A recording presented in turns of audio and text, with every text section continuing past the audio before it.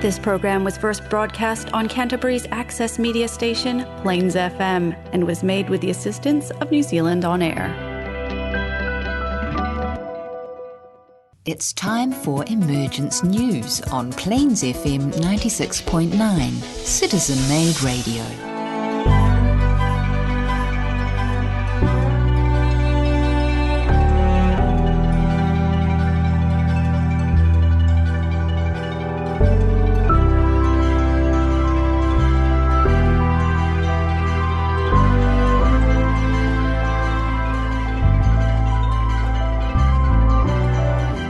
Hello and welcome to Emergence News.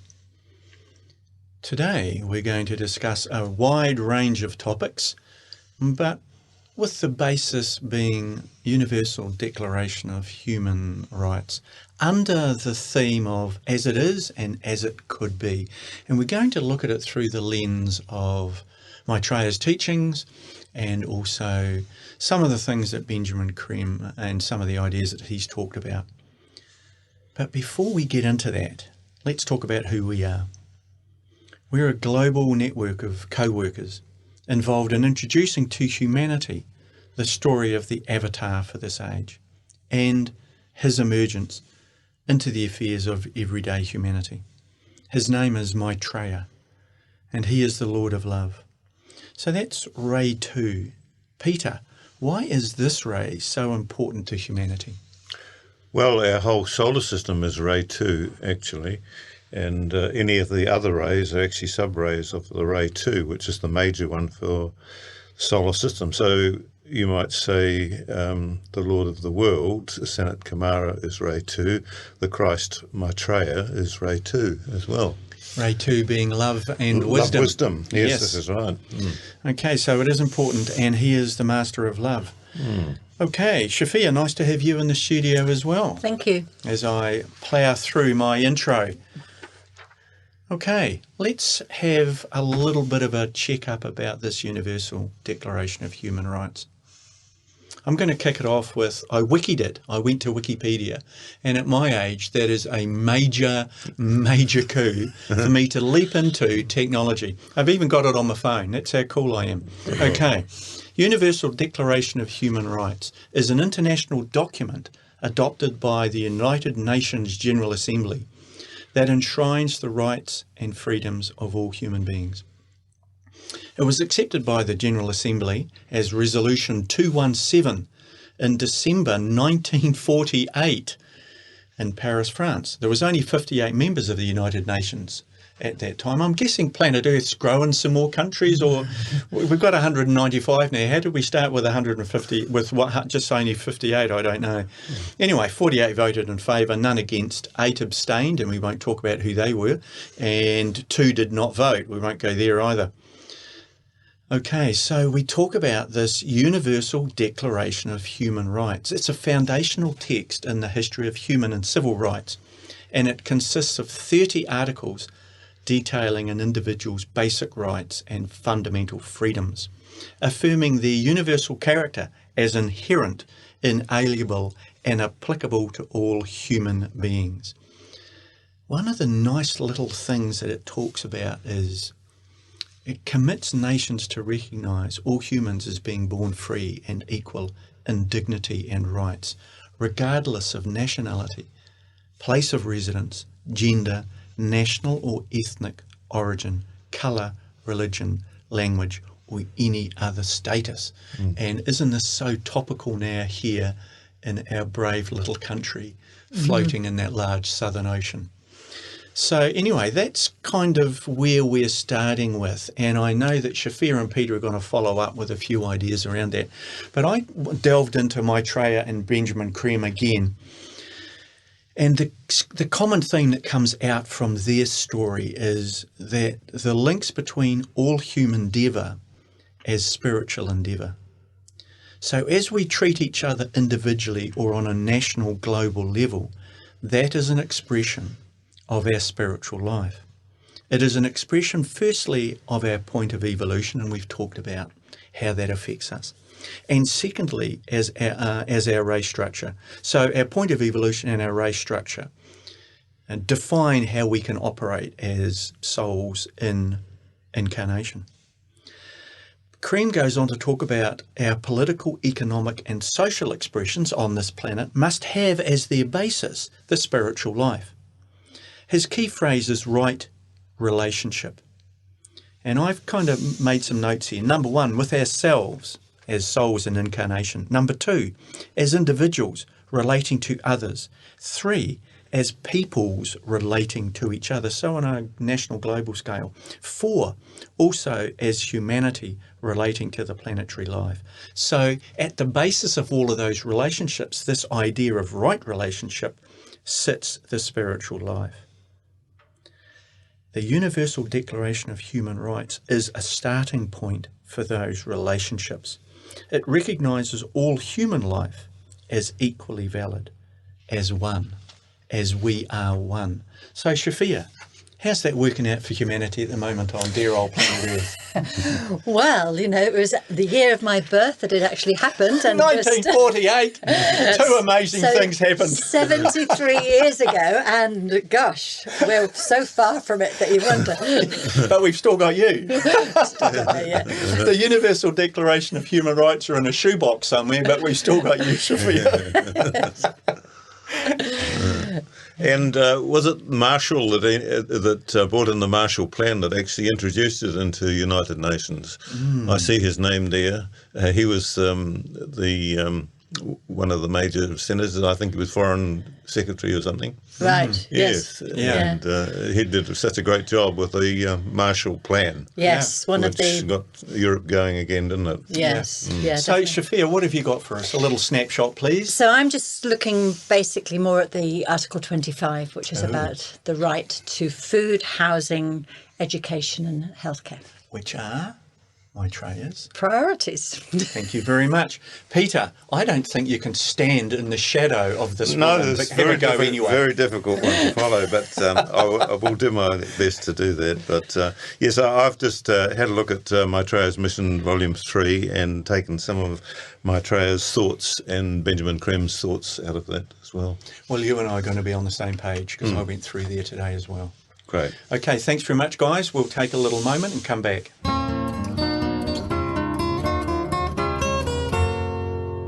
So, Shafia, Okay, please so carry on. just recently there's been a new report from Oxfam which says the hunger virus multiplies. And it details that deaths from malnutrition and hunger now outpace COVID-19 fatalities, which is meaning that every minute about 11 people die of hunger. That's amazing. It is, isn't it? There's been a 6-fold increase in the number of people facing famine-like conditions, more than 500,000 people since 2020 alone. Among the 155 million people living in a crisis level of food security or worse, 2 out of 3 go hungry because their country is in war and conflict. Additionally, tens of millions of people have been pushed into hunger due to economic instability, worsened by the coronavirus pandemic and coupled with the worsening climate crisis. At the same time, there's been a 40% surge in global food prices, the highest rise in a decade.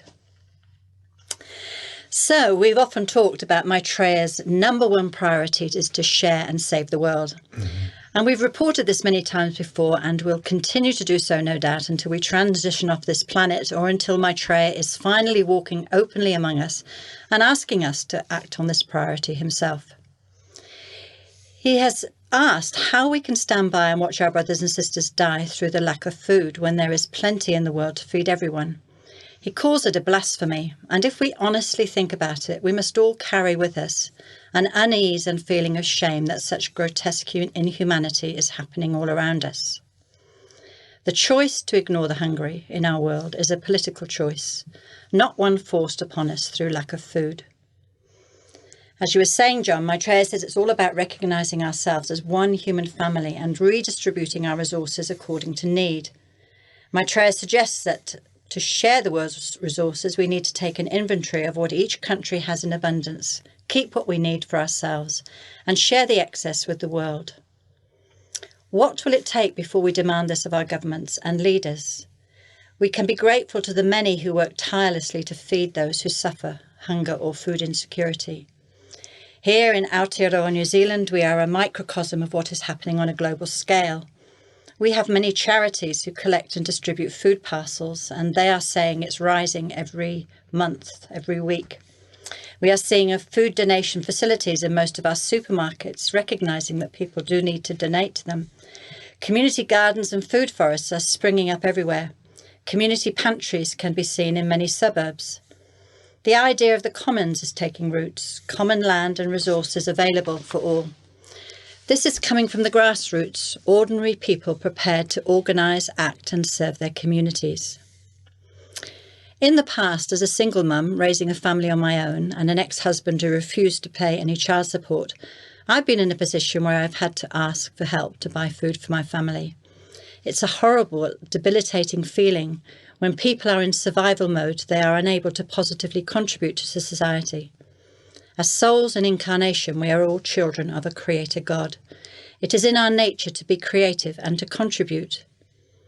If we look at how it could be, we can imagine that one day when all people are free from the indignity and hardship of food insecurity and have a home to live in, that their creativity will blossom and flourish for the benefit of all.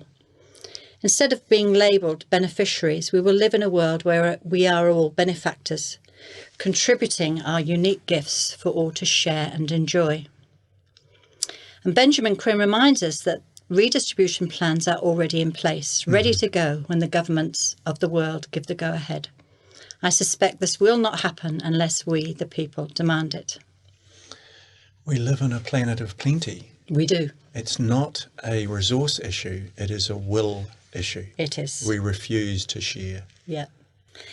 As for housing, I was surprised to learn that Aotearoa, New Zealand, was once a leader in social housing. Did you know that? Yes, I did. No, I didn't know that. And how is it that now we are the 7th most expensive place to live? Free market has been allowed to reign. And some of the people who talk about this say the New Zealand obsession with owning property and seeing it as a passive income investment for retirement is creating this problem as well. Some experts suggest that we as a country provide more long-term security for tenants, more ability to treat rental properties as homes, like, you know, being able to contribute to decorating and have pets and things like that, right. you know, so that we actually take more ownership of our rental properties rather than it being a time of having transient, almost Yes. a transient nature. Yeah.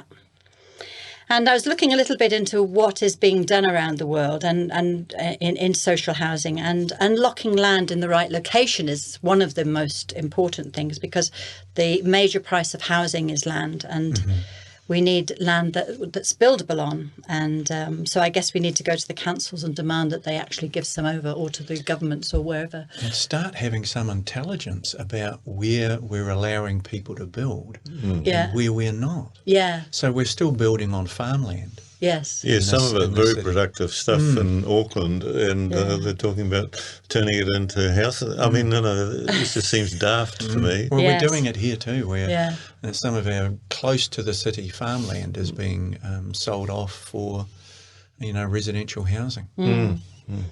And the other thing would be to reduce construction costs and permits, and also cheaper and faster off-site manufacturing. So you're a builder, Peter. What do you think of that idea? Well, yes, we've certainly been practicing. Even when I was working in New Guinea as a young man, we used to build our own trusses in the workshop, and our own stud work, and take it out to the job and assemble it. It was sort of all done in a very efficient way. I think we should start assembling houses the way that we assemble cars. We used to manage to do a house with a team of 3 every 4 weeks. And, no one today does that in New Zealand, even with all the factory production that they use.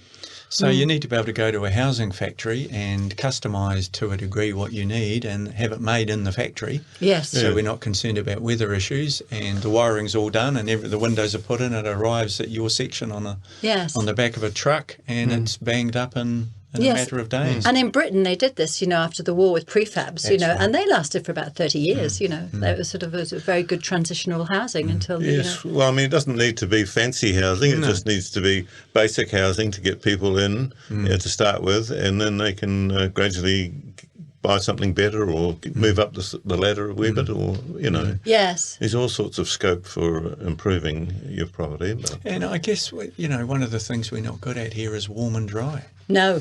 Our housing is not warm and dry, and our building standards are low, so we need to address that as well. Yeah. But anyway, Universal Declaration of Human Rights, Shafia, Yes. where are we at now? So we've done, let me talk about how it could be. So, one of the visions we've been given for future is that we don't have any roads, that everything is grown, salads and fruit farms and all the things. And we have our central location of community buildings where we have all our healthcare and our education and our leisure facilities, and in one big building, and build your villages and your residential properties around that, so that there's no need for driving. I think yes, and then have. As we go into the future and we, have these new ways of transport, we'll have Airbuses where we can just go anywhere, So it's not a matter of confining us to one place, but actually to, creating a situation where we're not polluting our planet. So it's the shape of our metro areas that force us into transport, and that's forced us into fossil fuel dependency. Yes. I mean, you only have to look at the traffic, and I know that, from living in England, some people sort of commute 2 hours morning and night. Awful. That's 4 hours, commuting. It'd be horrific, wouldn't it, to have to put up with that? Yeah. We're so spoiled here. Yes. So the other right is healthcare as a human right. And as it is at the moment, with the COVID pandemic highlighting our global vulnerability to infectious viruses, it's also shining a light on our under-resourced health services, our overworked healthcare professionals, and our general poor health. We live longer, but we have poorer health generally. Obesity and malnutrition go hand in hand. Food as a commodity has become a competitive arena for market forces rather than a nutritional necessity to keep people healthy. As it could be, imagine a world with no supermarkets. We can give up our lawns, those lawns that are just used for show, and grow our own healthy organic salads and vegetables. Fruit and nut forests are everywhere, providing free food, and then we'd have, like, the farmers' markets would provide everything else for us, And they would definitely not have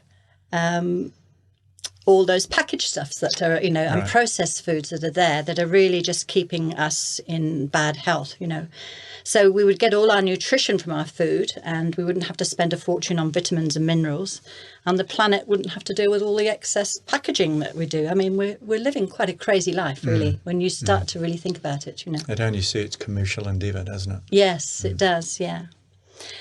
And education, I remember a CEO of a polytech telling me that he went into education because he loved teaching, and with his role as a CEO, he had to become a businessman, and sourcing funding and balancing books.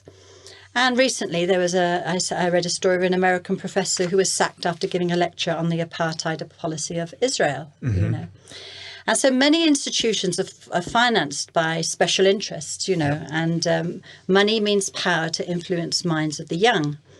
And it's good to see some educational facilities disengaging themselves from such influence, driven by people pressure. It's a hopeful sign that we are reclaiming our right to receive an education free from vested interests.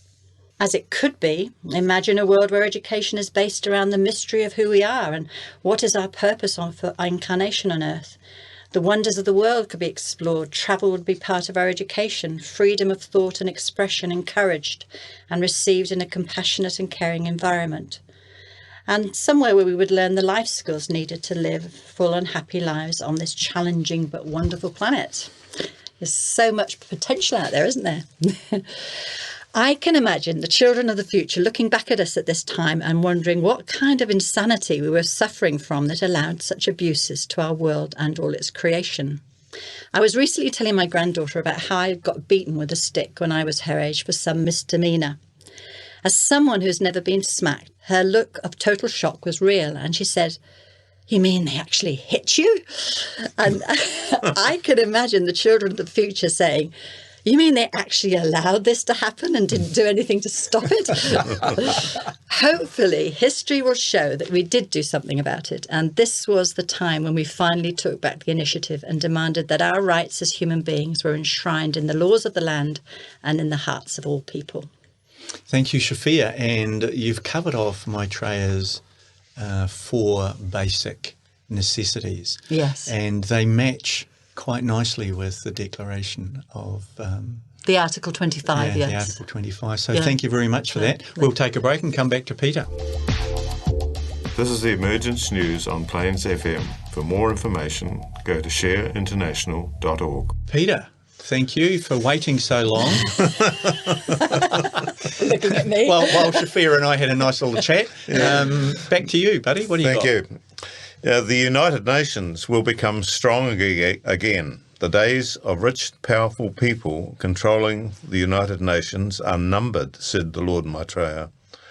No longer will profit be the end goal by the factor of this importance. The welfare of the world's people will be the objective, and the Declaration of Human Rights will become more than just a script. The future will be modelled on the concept of balancing the environment and energy, and so will politics. All those who indulge in creating divisions in life, priorities are finished. I have pulled the plug on that, said the Lord Maitreya. The energy there has gone.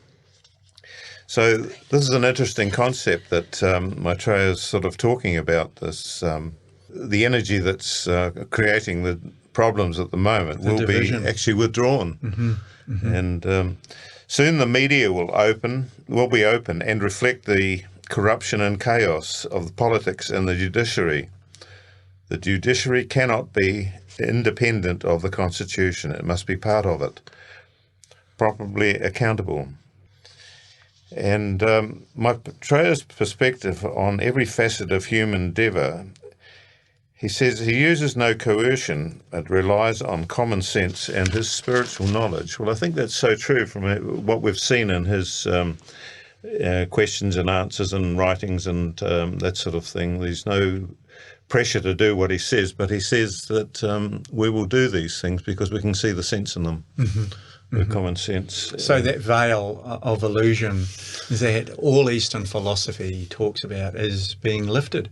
Yes. Yes. So the glamour of life on planet Earth, the philosophies that have failed. Yes, I think we'll just gradually simplify everything. We'll see that, we've made everything so complex, haven't we? And, to see all the different problems that come up, Yes. Well, I was looking at some of the... we're talking about the human rights and that sort of thing. And one person was asking Benjamin Krem actually about fluoride. Does it have a detrimental effect on health? And he says, yes, it does, particularly on the brain. The mass poisoning of everyone is clearly unacceptable. Children's teeth can be protected safely and effectively by homeopathic potencies of fluoride. The proposal for water poisoning should be resisted by mass protests. So he's certainly one for protests where they're needed. And he was also talking back in the day about mad cow disease. Of course, it's 20 or 30 years ago, isn't it? And he said it can be transferred to humans. Market forces are the source of mad cow disease. Degrading milk with contaminated food and giving injections of artificial chemicals can only lead to trouble. It leads to a loss of memory, awareness and consciousness in humans. So the people's voice will become the foundation of society, of political and educational systems. Interdependence. The time has come for the leaders to recall their armies and satisfy the needs and demands of their people. Basically, these are for peace, happiness and security. Okay, look, thanks, Peter, and thanks, Shafia. Once again, we've had a really nice little chat around some of the things that concern us. We are Emergence News. I'm going to finish up with a nice comment from Desmond Tutu. Despite all the ghastliness that is around, human beings are made for goodness. The ones who ought to be held in high regard are not the ones who are militarily powerful, nor even economically prosperous. They are the ones who have a commitment to try and make the world a better place. Thank you.